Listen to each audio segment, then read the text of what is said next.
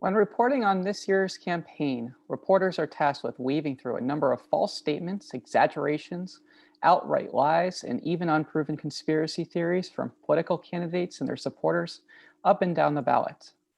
Figuring out the fact from the fiction and giving complex issues the proper context needed in stories amid this wave of disinformation is challenging.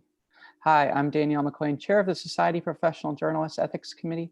Today we kick off SPJ's Truth Day with two of the foremost experts in the industry when it comes to separating truth from fiction during this year's election.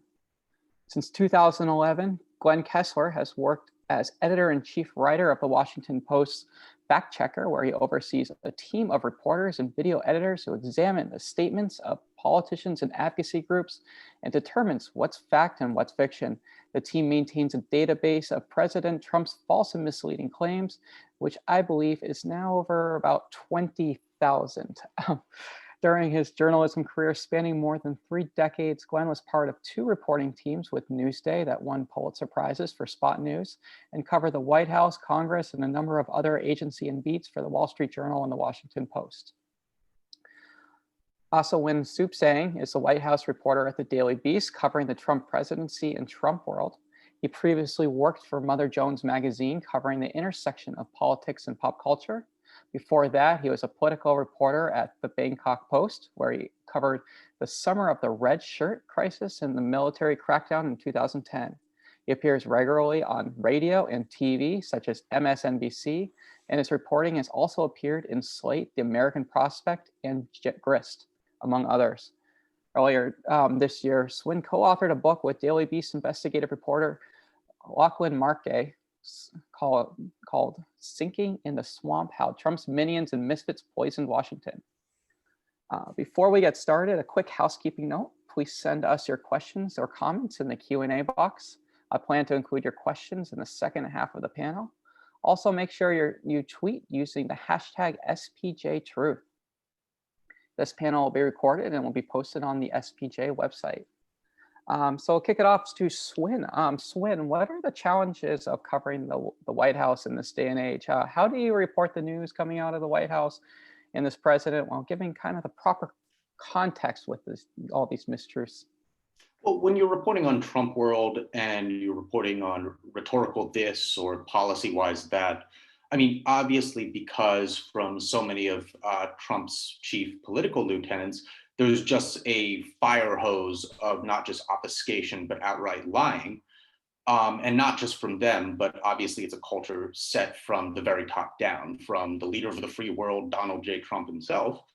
It often feels like while you're reporting and trying to get scoops and color from behind the scenes about what is actually going on with X, Y, and Z or X, Y, and Z policy discussion or decisions, you get in a situation where you cannot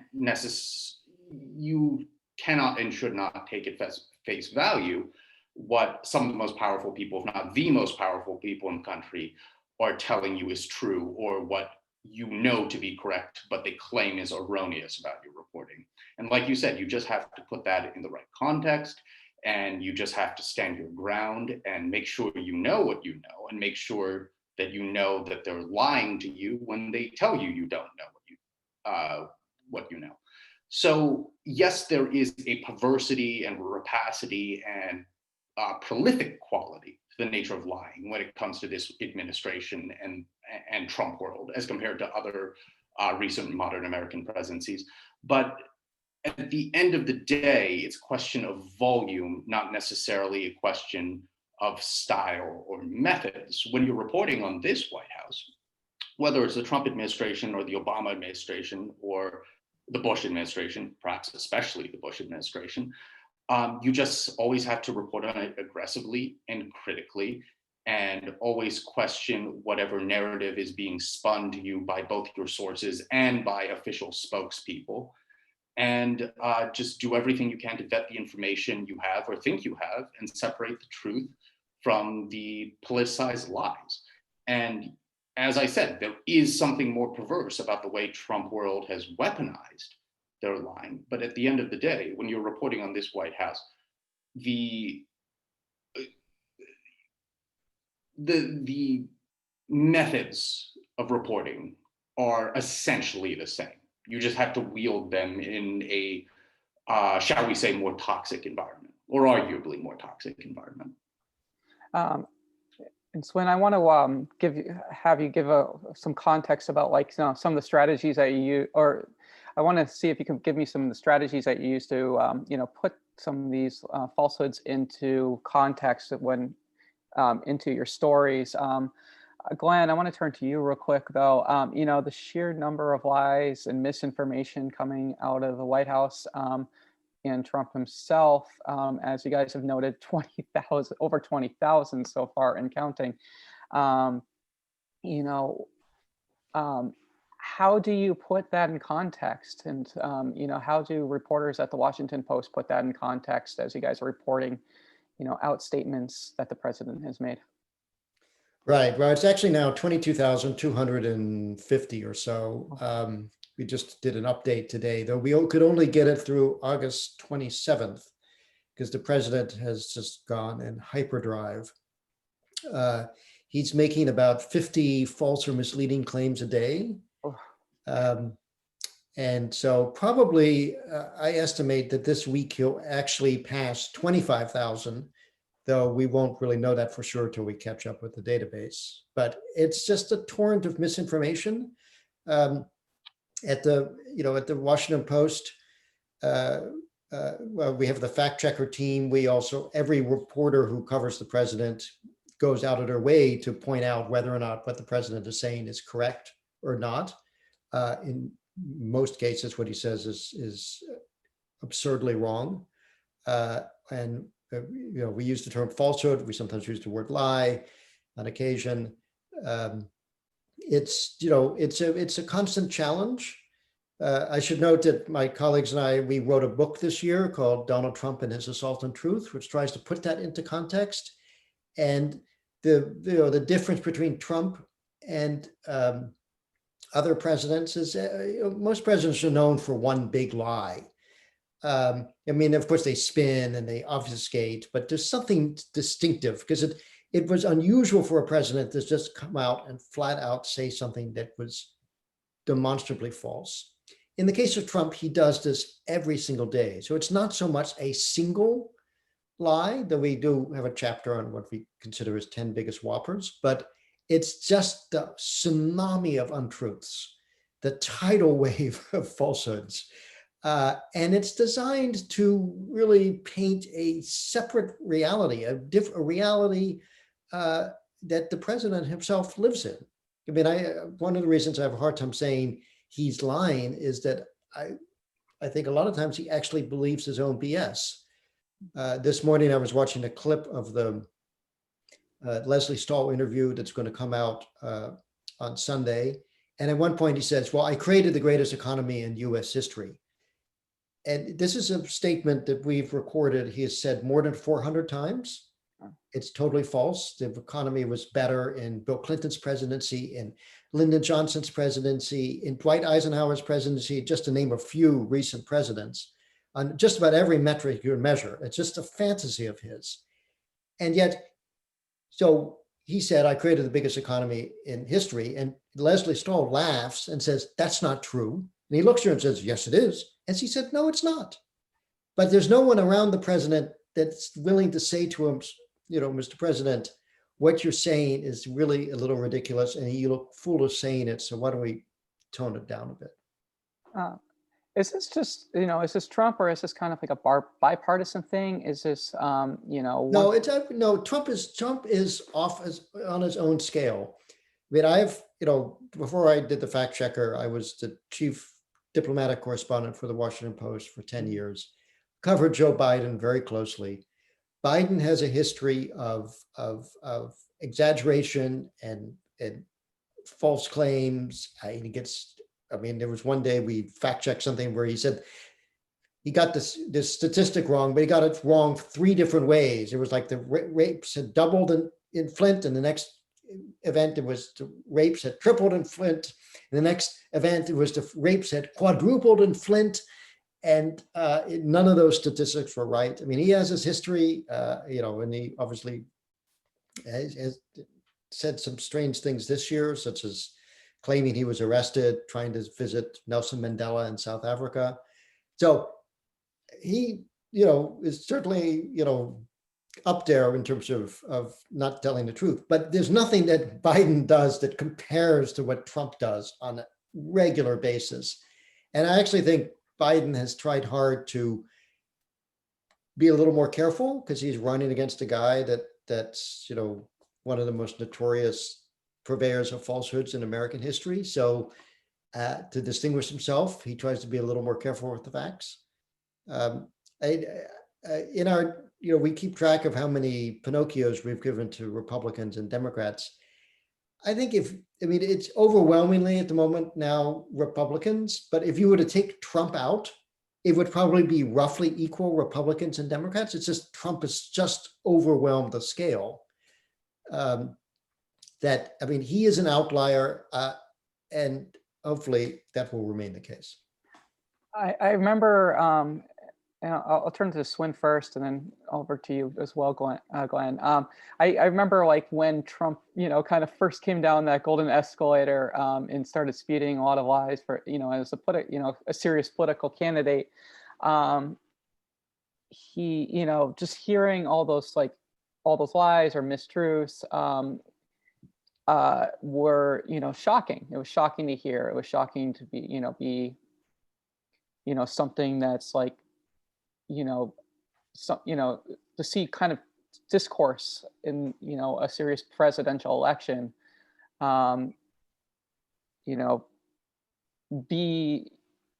include so many lies and so many falsehoods and be presented in that manner. We're 4 years later. We've had steady stream of lies. Have you seen, not just from Trump, but from other politicians, how has things changed between 2015, 2016 to 2019, 2020 in terms of, political, discourse and political discourse and, involving like lies and misinformation? That's to me, right? Yeah, Swin, sorry. Well, in response to that, and also I think this serves as a little bit of an addendum to what Mr. Kessler was saying earlier. Yes, it is true that the way Trump, in terms of the way he conducts his form of political lying and political disinformation, political spin, makes what was once erotica in American politics just full-on pornography. That is true. And the way he lies so at such a great clip and so gleefully about not just big things and really important things of national or international importance, but also tiny, small, like idiotic, petty things. Yes, that in itself is, I would say, unique to him as an American president. But when it comes to some of his most destructive and I would say, and many would say, horrific lying, it's something that is firmly rooted in Republican and conservative ideology or party messaging going back long before the rise of Trump and Trumpism in 2015 and 2016. When he talks about voter fraud and the way he is weaponizing all kinds of conservative organs and attorneys and law firms to try to basically set it up, anticipating that the election might go to a contested election in November, and then he and the Republican Party might have to play dirty. All of that is firmly rooted in what the GOP mainstream and conservative movement have been saying about voter fraud. Objectively speaking, non-existent voter fraud that they're claiming is widespread and have been claiming for years. And I think Glenn can attest to this, that there is zero, if not very close to zero, evidence that anything like that is taking place that they've been saying. But that has been mainstream conservative messaging for so many years before Trump, and all he's doing is exploiting it. So it's something that if you looked at it for about 5 seconds and tried to find a shred of evidence, it's something that is vastly beneath the contempt, or at least should be, of any reasonable person, any 6-year-old, let's say. But the Republican Party and the conservative movement, not Trump, not Trumpism, it is firmly ingrained in them. And therefore, millions upon millions of Americans and thinking, working, breathing, living adults. And when it comes to Trump's lies about immigrant and undocumented immigrant crime stats, and like you said, you referenced the escalator at Trump Tower. They're bringing crime, they're bringing rape, they're bringing murder, and I guess some of them or a few of them are good people. That is not alien conservative messaging or Republican messaging to anyone who was closely following the movement and not just focusing on the kind word or two of someone like Marco Rubio for many years before Trump came down that escalator. And that's one of the major reasons, if not the major reason, he was able to become the Republican standard bearer without really even trying compared to some of his other many contenders in the 2016 field. So yes, you do have to look at Trump as a singular kind of weaponizer of untruth, disinformation, and just outright lying. But it lets the Republican Party and the conservative movement off the hook to say that he is anything but an outgrowth or logical conclusion to what they've been doing for decades, not a deviation from it. So I'm not disputing anything Glenn said earlier. I'm just adding that little addendum there. And I say that not just as a political observer, but as a reporter who's been covering this for so long. And I know that to some of the listeners here, it might sound opinionated, but these are data points and realities that I, whatever my personal politics or emotions about the current moment, have a hard time getting around. And I feel that a lot of Republican conservative observers probably see it the same way, except they might think it's a good thing instead of a bad thing. Glenn, Swin makes an interesting point. A lot of, especially, one of the things that resonated with, what you said about voter fraud, and, voter fraud is something that the claims of voter fraud to, put more restrictive laws in the books is something that's been dated back to, I believe, Jim Crow and before. So Trump is not really saying anything that's totally unique and from things that we've heard. The thing about Trump is he takes it to an incredible extreme. Mm-hmm. So a more practiced politician doesn't talk about let me back up. I think part of Trump's secret sauce for getting elected in the first place was that he said falsehoods that his supporters already believed. So he sounded like a truth teller. Now, Republicans, had railed against illegal immigration. Not all of them. I mean, you mentioned Marco Rubio, but there was an effort at some point where there was an effort to get some kind of consensus of Democrats, but there was definitely a right wing of the Republican Party that was very anti-immigration, but they didn't really frame it in the extreme way that Trump did, which is that many of the people coming over from Mexico were murderers and rapists. But there was a segment of the Republican Party, or also Democrats that were conservative, that actually believed that. So, like I said, part of what Trump's technique was to say things that no ordinary politician would say because they knew they were false, and yet it sounded like truth to these people. Another example is when he famously said he saw thousands of Muslims celebrate the fall of the Twin Towers. He watched it on TV. Now, did not happen. There's no evidence of it. I mean, I traced that thing down to ground. But it's amazing how many people believe that to be true, because there was actually a clip of a couple of women in Gaza celebrating that appeared on a loop on Fox News after 9/11, and it got transformed in people's minds that Muslims were celebrating. And, and ultimately to Trump, it turned into, it was thousands of people in Jersey City celebrating. No evidence. He never backed down. He never apologized. He insisted it was true. And for a big segment of the population, that guy sounds like a truth teller. Finally, they're hearing someone that tells the truth. So it's the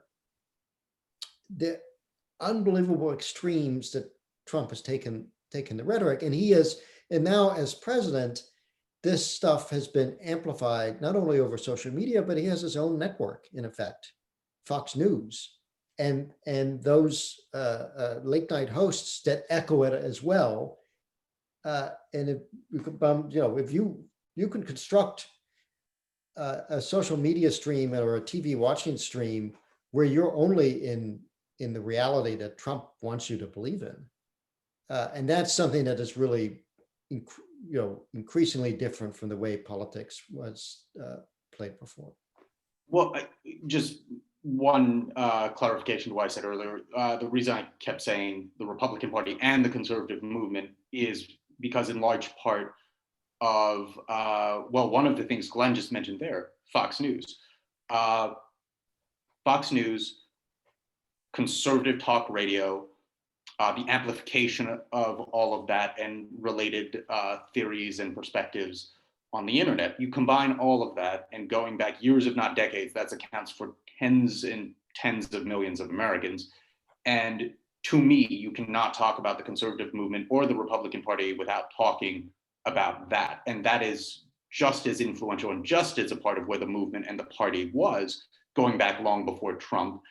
And then almost any lawmaker on Capitol Hill or who you or I could name from memory. The reason I say that is because, and this is a point where I think you and I may overlap on this, not that I was disagreeing with you before, but maybe we're coming at it a little bit differently, is that Donald Trump spoke and messaged during 2015, 2016, like a carbon copy of something you would hear on the Mark Levin show or Rush Limbaugh. Or he borrowed a lot of his rhetoric from Mark Levin.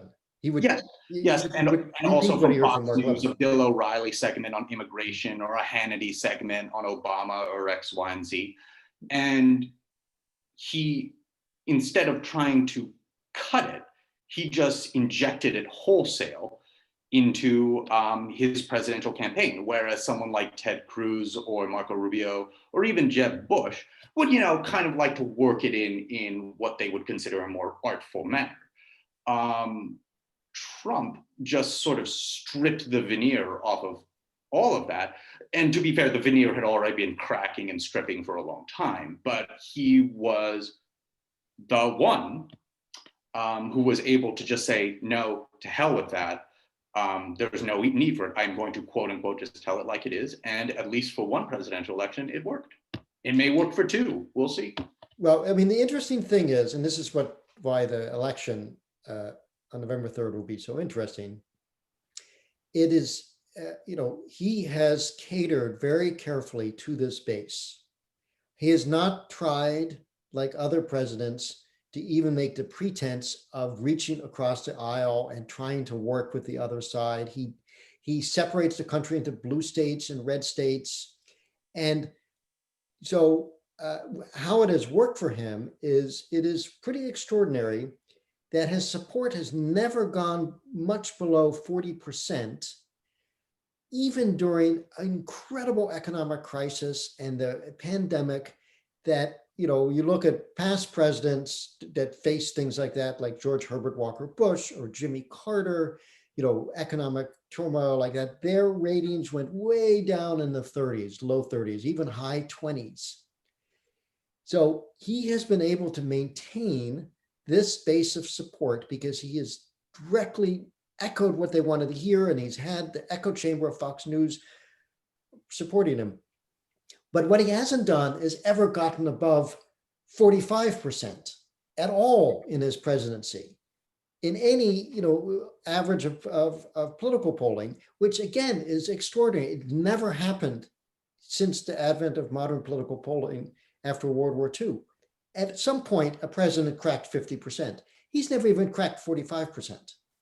So, the big question will be, does he got so motivated his base that they, even though they represent a minority of the country, according to political polling, do enough of them come out in key battleground states that he actually, again, achieves a narrow electoral victory? Or does it blow up in his face because he is so turned off the other 55% or so that they come out in even bigger numbers?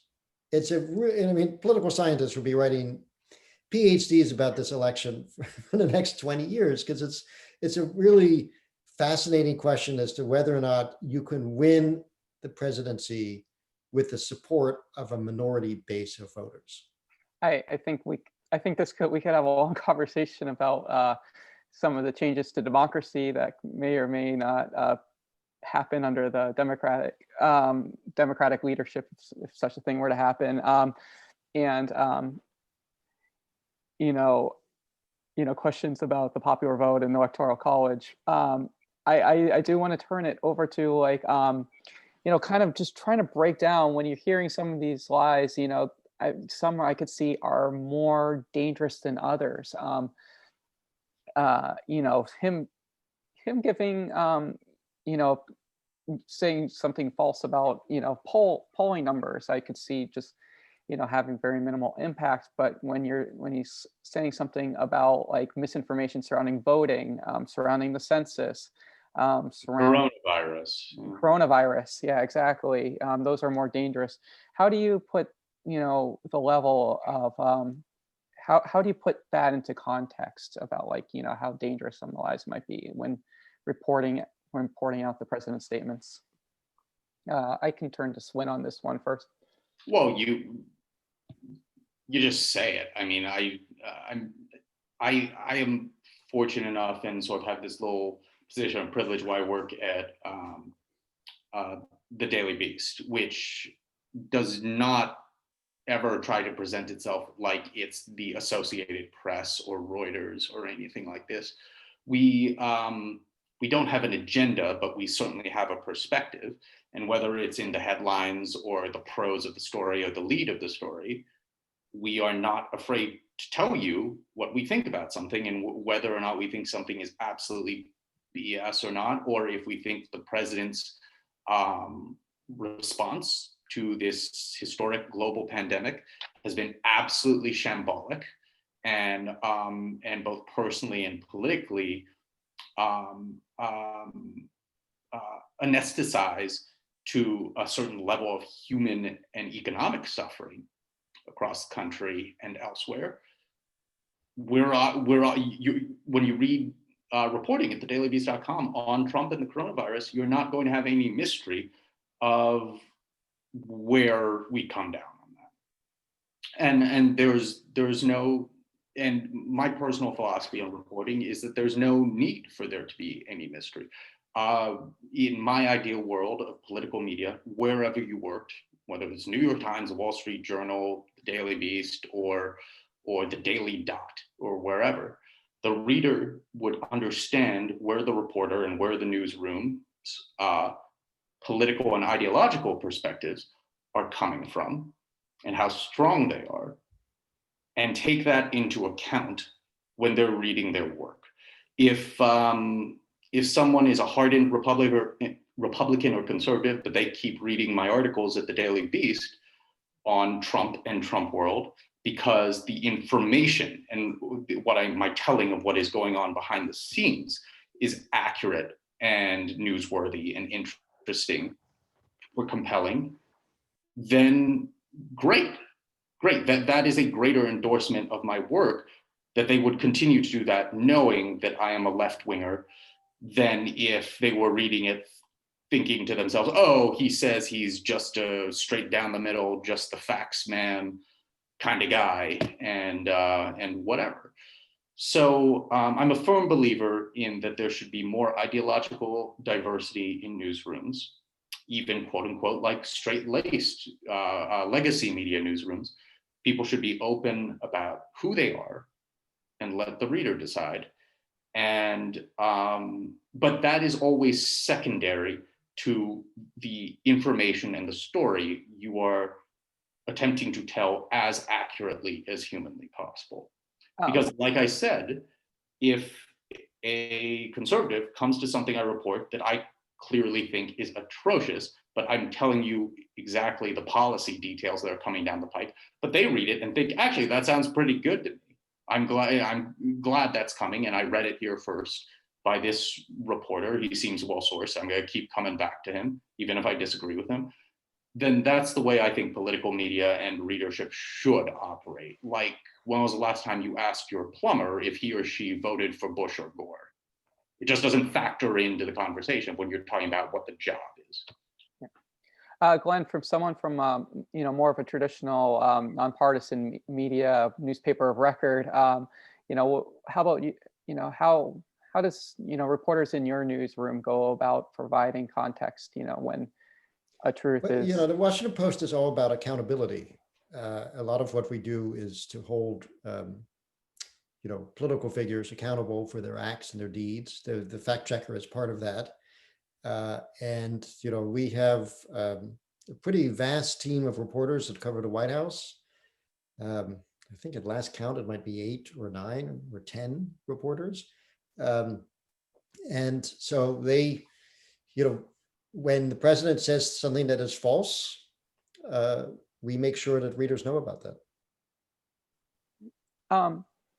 So, going back to Swin, when, you're covering a White House press briefing, and they're, giving some big breaking news about this, new immigration policy, and to support the reasoning behind this new immigration policy, is riddled with what you believe or suspect might be some falsehoods, some misinformation, and potentially even a conspiracy theory. But you need to report and get this information out to the public, about this new important immigration policy that's going to be consequential for millions of people. How do you go about in real time getting that information out and making sure it's providing the proper context needed to ensure that it's truth, or say what what you don't know? How do you go about that? Well, Williams, is part of the question, and let me know if I'm misunderstanding this, sure, that if certain officials in the government or my sources or whoever knows that I'm coming at this from a certain, shall we say, unfriendly perspective, mm-hmm, how would I even go about getting that, because they know how unfriendly or antagonistic I am to the policy and perhaps the personnel? So how would I go about getting that? Because why would these people even play ball? Is that part of the question? Well, yeah, I mean, they announced some new policy at a press briefing. That other you're talking about an announcement, not. Yeah. I mean, I don't want to seem like I'm being coy, but I'm not sure how my answer to that would be different from some of the other stuff we talked about earlier. Yeah. You just put it in the proper context. You vet your sources, you fact check your information, and you report it as if you were working at any other news outlet. But if you are at a place that has an ideological bent, I came before the Daily Beast from a place called Mother Jones Magazine, which is an explicitly progressive news and culture magazine. And the Daily Beast is like a hodgepodge of centrist right-leaning people and left-leaning people. But if you're someone like me and you are reporting on something that you believe is going to be incredibly destructive and racist immigration order or immigration policy coming from Donald Trump and his crew, then say it. And that applies far beyond reporters who are working at just thedailybeast.com. I do not believe that we need to tiptoe around calling the president and his policies, particularly when they have to do with immigration, for what they are. We don't need to say racially tinged. We don't need to give him the benefit of the doubt anymore, because he's burned through all the benefit of the doubt in his rhetoric, in his policies, in his private comments, in everything. To me, there is no other way to describe his agenda on these matters except for racist. And I don't see any way around that as a political reporter. I just don't. So Glenn, when, the Washington Post is reporting some breaking news, gets perhaps working on a scoop that you only have like a few hours to break. And there's just like a avalanche of like misinformation that you guys are trying to figure out and confirm before going out and reporting this information. How do reporters, how do you guys work together as a team? Is it like one reporter individually? Do they have reporters coming to the fact check team, like asking, like, have you ever heard, this new piece of information that, we suspect might be a lie? Or how does the Washington Post work through that? The fact checker team operates independently. I mean, we're part of the national news desk, but we're completely independent in terms of what we do and how we fact check. I mean, people may rely on our fact checks, or people may come to us and say, this is worth fact checking. Of course, we're no longer in an office. We're all stuck in our homes also. So maybe they slack us. But I'm not really part of the news gathering operation. And we try to keep that very divided, because with the fact checker, we sit in judgment on whether or not what a politician is saying is correct or not. And we try to write off things that are in the news, that are newsworthy. Many of our fact checks are based on questions we get from readers that heard it and said, is this true? But what we do is we provide a complement to the political reporting at the Post. So if there's like, an immigration announcement that the president has made and the Post is covering it, and, increasingly is that news coverage will incorporate information that will check whether or not what the president or his aides are saying is correct. But we will have then a separate fact check that might look at a discrete comment that was made. And when you're doing this fact checking in real time, and they just give some kind of wild statistic, or some politician gives a wild statistic that you suspect might not be true, what are some of the sources and resources that you go about finding this information? I'm sure there's lots of reports. Well, it depends on the situation. The best fact checks always involve some sort of number that a politician has uttered, but they twist things, they take things out of context. You just have to go to the source and figure out what they're doing. I mean, one of my favorite little things that Trump is lately saying in attacking Biden, he talks about Obama, and he says, under Obama's leadership, 200,000 manufacturing jobs were lost. Okay, so that's a Bureau of Labor Statistics stat. And if you go from January 2009 to January 2017, you will see there was a decline of 200,000 manufacturing jobs. But it's a trick, because most economists would say you have to start the presidential term in February, not January, because the data for the January numbers collected it's paychecks for the week of January 12th, which is before a new president takes office on January 20th. And so, and of course, Obama took office in the midst of the Great Recession, where hundreds of thousands of jobs were being lost every month. So what happens when you move it from January to February 2009? Just 1 month. Do it the way the economists say it should be done. Turns out Obama has like a gain of 8,000 manufacturing jobs over his 8 years, just from that one little month switch. Now, 8,000 is not a lot, but it kind of just shows how stupid these, how many jobs were created in American presidency statistic is anyway, because no president, as soon as they take office, are suddenly taking steps that affect, the course of job growth. So it's a bogus metric to begin with. But here, that's an instance of where the president is using something that on the face of it seems like a real statistic, but it's completely bogus. And it's, and a lot of people get confused because they think, oh, January, that's when the president took office. But they haven't gone into the data collection at the Census and the Bureau of Labor Statistics to see that the data for January is actually collected before the president takes office. So it's really reflects what happened under the previous president. Uh, So that's an example of a thing that it drives me nuts because no one seems to understand how that data is collected, yeah. including the White House of Donald Trump. Swin, what about you? What kind of strategies do you do to try and fact check something in real time quickly? How do you, what are the resources that you turn to?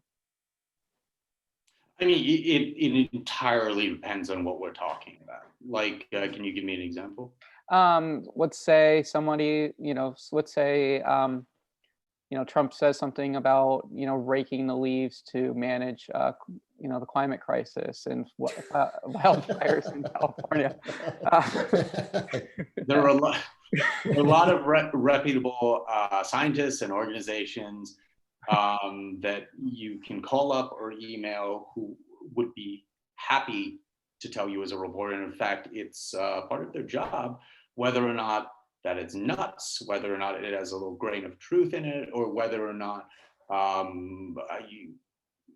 whatever the situation there is. Like an extreme example of it is when the president is being an absolute moron on national TV at the White House and talking about, well, what if we I'm paraphrasing lightly here, but I think you all remember putting bleach or the equivalent of bleach in the human body and in the bloodstream to try to fight COVID-19. Is that something you've looked into? Is that something worth trying?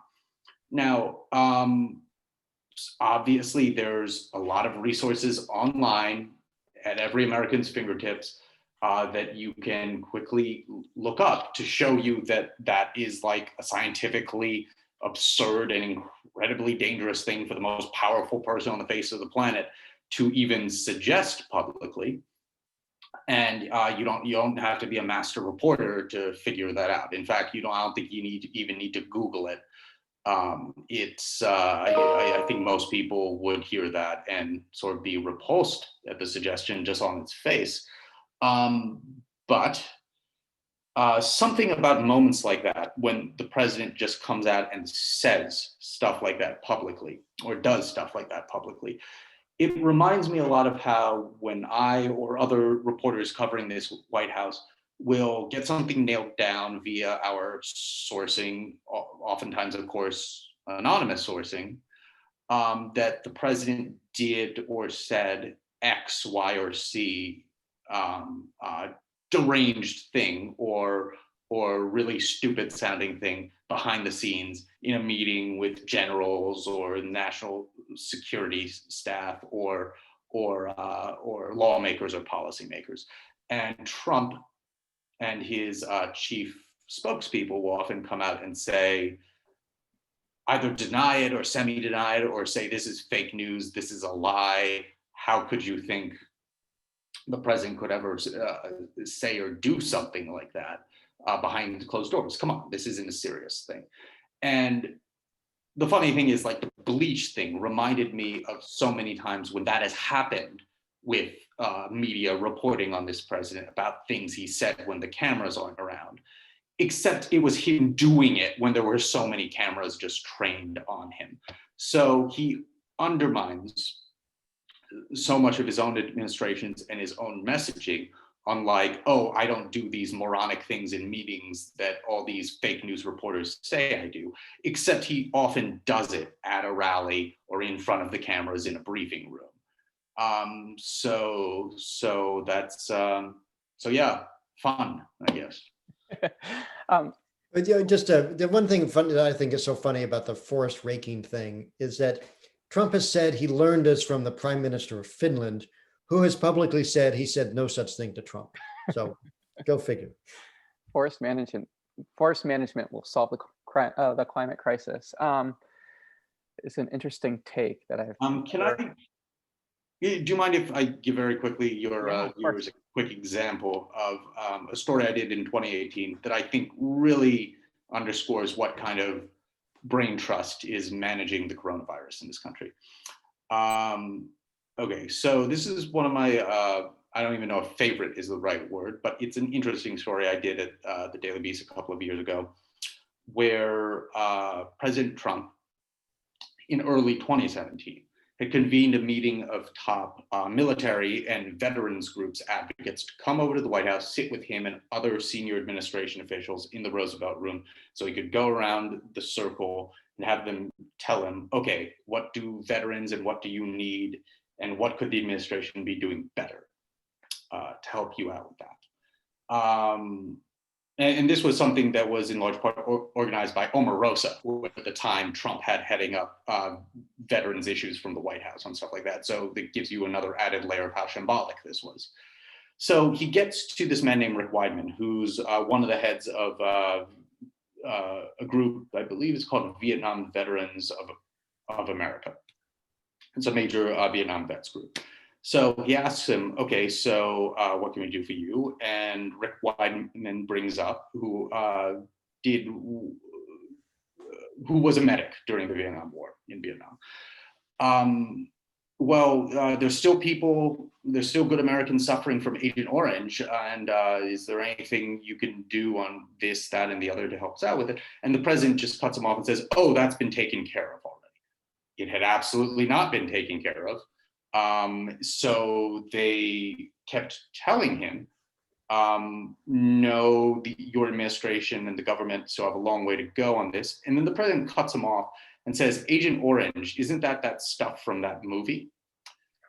And it takes them a second to figure out what the president means. But after rambling for a while, President Trump reveals that he's clearly talking about the Francis Ford Coppola Vietnam War epic Apocalypse Now. And people, veterans, actual military veterans in the room start telling him, sir, we think you're referring to napalm. Like the famous line in the movie is, I love the smell of napalm in the morning. You don't mean Agent Orange.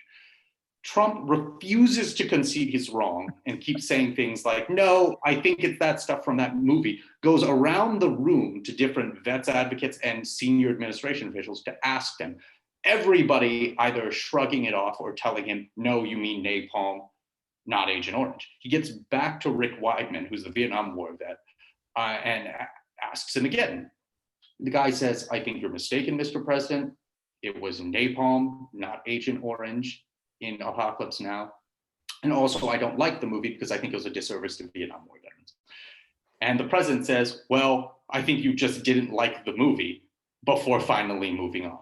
This derailed this meeting that was literally supposed to focus on life or death issues for underserved American veterans for minutes. It derailed the meeting long enough that the president wasn't even able to get to everybody in the room to talk about what he could do for America's warfighters and military vets.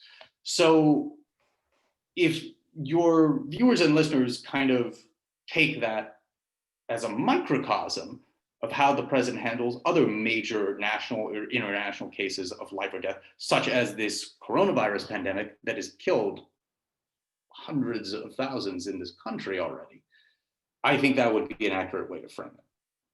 And again, these are things that he so often just does and says behind the scenes, away from the cameras, that every once in a while you get a glimmer of in public. And quite frankly, we're getting a massive glimmer of it as it pertains to the coronavirus and the racial unrest and the economic calamities that are still ravaging the country. A reminder to viewers to, if you have a question, to put it in the Q&A and we'll try to get to it. I want to put a Trump aside for just a moment here. We could go all day about Trump's lies, but I know, Glenn, you were mentioning, some of the other, exaggerations, mistruths coming out of the Biden camp, also from other, mainstream Republicans and Democrats. What are some of the things, mistruths that, reporters, state reporters and national reporters could both look for when reporting statements of political candidates? Well, every parties have their go-to lies that they use in campaigns, particularly towards the end of a campaign, because I guess they use the stuff because it must move voters. So for Republicans, it's going to be the other guy is raising your taxes. And you see right now, Trump has all these ads, which he snips and clips comments from Joe Biden when Biden says, I'm going to raise your taxes, you guys, and make $400,000 or more a year. And they cut off the 400,000 and just have, so it's all about Biden's going to raise your taxes. For Democrats, it's Social Security. Social Security is their go-to thing. The Republican is going to dismantle Social Security. And so, Biden has an ad where Trump, there was a couple of days where Trump, who obviously does not understand these policy issues in detail, muttered around about how he would permanently terminate the payroll tax for Social Security, which, the White House kept trying to correct him, and he finally got it right, where he was just talking about this temporary suspension that he's doing right now. Very few companies picked up on it, but he's forcing federal workers to go through it. But it was not a permanent suspension of the payroll tax forevermore. But that gave license to the Biden campaign to gin up a request from the Social Security actuary, who answered basically saying, I realize you guys have asked me to write a bunch of BS, but yes, if you did this, it would, make the Social Security system untenable, blah, blah, blah, blah, blah. So Biden's running these ads talking about Trump's plan on Social Security, which is that, we gave that 4 Pinocchios because it was, built on a very flimsy tissue. But it's you just have both parties have their go-to things that they use to motivate their voters. And like I said, for Republicans, it's taxes. For Democrats, it's Social Security, or they're going to hurt your Medicare. Trump is now trying to say Biden's going to take away your Medicare because he's going to create Medicare for all, which of course is not his policy. So they fall back on their tried and true tropes. Swen, have you noticed anything similar to that? Or have you noticed anything yourself surrounding this? Similar how? What was the question again? Have you has there been some good go-to misinformation that you've noticed from, Democrats that you've talked to and interviewed personally, and perhaps Republicans as well that, aren't so far right, and just exaggerations, lies, or, maybe just misinformation that gets repeated often? I mean, I think a really good example of that over the past year or two in Democrat politics is the current vice presidential pick, Kamala Harris. She has been hit a lot. A lot, maybe overselling it a little bit, but she took a good amount of hits, particularly from Republicans and Team Trump, when she was picked as Joe Biden's VP, because they were going after her for having had that big primary debate moment with Joe Biden, where she accused him of endorsing a racist policy. I believe it had to do with busing.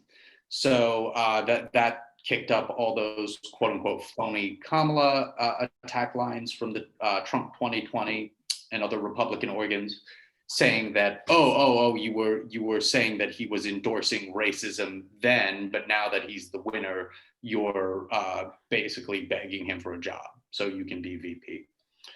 That reminded me that at the time, after fact checkers such as Glenn, I'm not even sure, maybe you were even involved with one of these stories, where they followed up with the Harris campaign and Senator Harris, and they found out pretty quickly that she herself actually endorsed the same policy that she was saying was a racist policy that Joe Biden in a past year or a past decade was endorsing.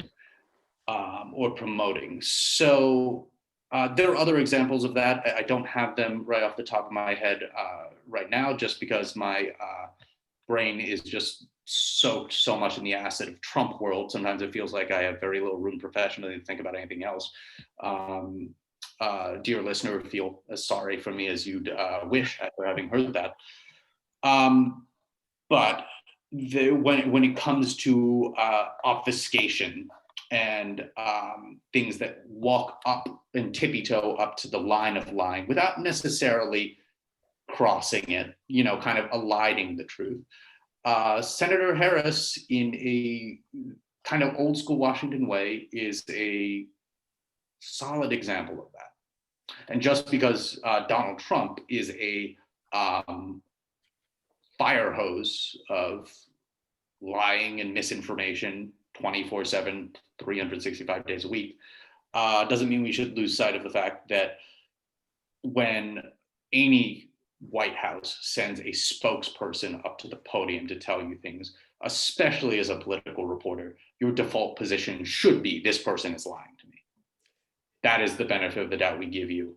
And you can work your way up to my brain telling me you aren't lying to me by telling me that I can verify as the truth. But until then, for all the garbage, for all of the criticism, I should say, I don't know why I said garbage, that Sarah Huckabee Sanders got for being Trump's chief mouthpiece and being a liar and turning the White House press briefing into a carnival of lies. My instinctive reaction to that was always, yes, there is something more prolific about it, but what kind of a political reporter are you if you think the White House press secretary is there to tell you the truth? That's not their job. It could be in the job description, but the job description is wrong. Glenn, do you have something to add? I just two things. One is, I'll just say that there's a really excellent reporter named Liz Brown at Reason Magazine who's written a lot about Kamala Harris. Full disclosure, my wife. No, I know. That's why I threw it in there. She's in the other room. She'll be really happy to hear you. I just think Liz is one of the great reporters in Washington, but she's written a lot about Kamala Harris. So I couldn't resist throwing that in. But secondly, I endorse Elizabeth Nolan Brown at Reason Magazine. All your viewers should read her religion. Yeah. She's terrific. And the other thing is, when I was covering the Clinton White House, when I first started covering the Clinton White House, I had been covering the budget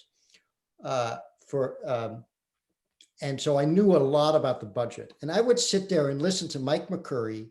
Whenever he talked about the budget, I would go, oh God, what BS. That's ridiculous. Oh man, that's a total lie. And then he would start talking about foreign policy, which at the time, since I'd just gotten onto the beat, I didn't know as much about. And I'd be going, oh, that makes sense. That makes sense. And then I'd have to pinch myself and say, no, if he was lying about the budget, he's probably also lying about foreign policy. And I got to check that. So it's with any, we at the fact checker, we really don't do many fact checks of White House spokesmen because it's just a matter of course they're going to be spinning and it's kind of like shooting fish in a barrel. So we're trying to keep it to the principles. Yeah. Final question for each of you. If you were to tell a journalist, covering a state race, a local race, or a federal race, Senate race, whatever now today, about how they can cover and report the news without accidentally spreading some piece of the misinformation that one of their candidates says, what piece of advice do you have? Do you give each of those reporters? I'll start with Glenn. Don't check everything. Just because a politician says it doesn't mean it's true. And you'll be, after doing 10 years of the fact checker, it's what I often see is how bad a lot of journalists are at their jobs because they're not actually double checking whether or not something is correct, or they'll see a factoid somewhere and they'll just pick it up because they saw it, it was in the Washington Post or in the New York Times. Well, just because it's there doesn't mean it's correct either. So verify everything and don't take it at face value. Great. Swin, how about you? A piece of advice for a reporter covering a local, state, or federal race? I think I would say something that I think I could characterize as an offshoot of what Glenn was saying. Just be aggressively, but also reasonably skeptical about what's in front of you, but also be confident and just don't be gullible. As Glenn was saying, there are so many people in our profession of political media who are just, I'm sorry, just garbage at their jobs. And I don't think that's a problem necessarily unique to political media. I think that, look, political media, especially corporate media, is a vast, influential institution and industry. And like all vast, influential institutions or industries, we are taught as reporters to look at them with skepticism and in an adversarial way, whether that's Wall Street, the Pentagon, the Democratic Party, the Republican Party, everything. We are taught that these things are riddled with flawed humans and corruption, largely because they're run by humans. So obviously there's going to be a lot of human flaws and human errors. So if that's how we as journalists are taught to approach things we're covering, why would media be exempt from that? There's no special blanket that protects us from the same errors and flaws that infect everything we're supposed to cover aggressively without fear or favor. So I would advise all you young reporters or aspiring journalists out there to keep that in mind. Don't be afraid to be self-critical, and don't become part of the problem that Glenn and I are alluding to here. Just do your job in a way where you can wake up and when you look yourself in the mirror each morning, not be filled with dread and disgust, and put the bar for being filled with that level of dread and disgust low, because I'll make you a better reporter and it'll make you a better human being. Awesome. Thank you so much, both of you. Thanks again to Glenn and Swin for joining us today. Visit spj.org/ethics week for more great panels and events throughout the day. Our president, Matt Hall, will be firing up a Twitter chat any moment now, so follow along with the hashtag SPJTruth. For SPJ, I'm Danielle McLean. Thanks so much.